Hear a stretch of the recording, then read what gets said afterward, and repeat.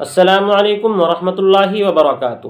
جب کسی عورت کی عدت پوری ہوتی ہے تو ہمارے معاشرے کے اندر یہ رسم بنتی جا رہی ہے کہ اس لڑکی کے گھر والے، ماں باپ، بھائی بہن جو اس کے میکے والے ہوتے ہیں، وہ کچھ کپڑے وغیرہ، کچھ تھوڑا موڑا زیور یا ناک کان میں پہننے کے لیے چین وغیرہ جو بھی چیزیں ہیں وہ کچھ اکٹھی کرتے ہیں اور پھر لڑکی کو پہنانے کے لیے جاتے ہیں۔ پھر وہاں جا کر لڑکی کو چوڑیاں پہنائی جاتی ہیں، ناک کان میں زیور پہنایا جاتا ہے اور ان کے لیے کچھ کپڑوں کا انتظام کیا جاتا ہے۔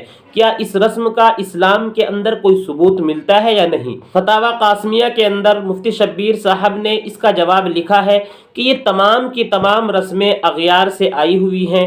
یہ غیر مسلموں کی اور کفار کی رسمیں تھی جو آج دھیرے دھیرے مسلمانوں کے مذہب کے اندر شامل ہوتی جا رہی ہیں۔ مسلمان اپنے گھرانوں کے اندر انہیں شامل کرتے جا رہے ہیں، اس لیے ہمیں ان تمام باتوں سے بچنا چاہیے۔ نہ قرآن کے اندر، نہ حدیث کے اندر، نہ کسی فقہ کی کتاب کے اندر ان کا ثبوت ملتا ہے۔ آپ یہ اسکرین پر فتوے کے اندر دیکھ سکتے ہیں، اس کے اندر لکھا ہوا ہے کہ یہ بے اصل اور بے بنیاد من گھڑت باتیں ہیں، ہمیں ان تمام باتوں سے پرہیز کرنا چاہیے۔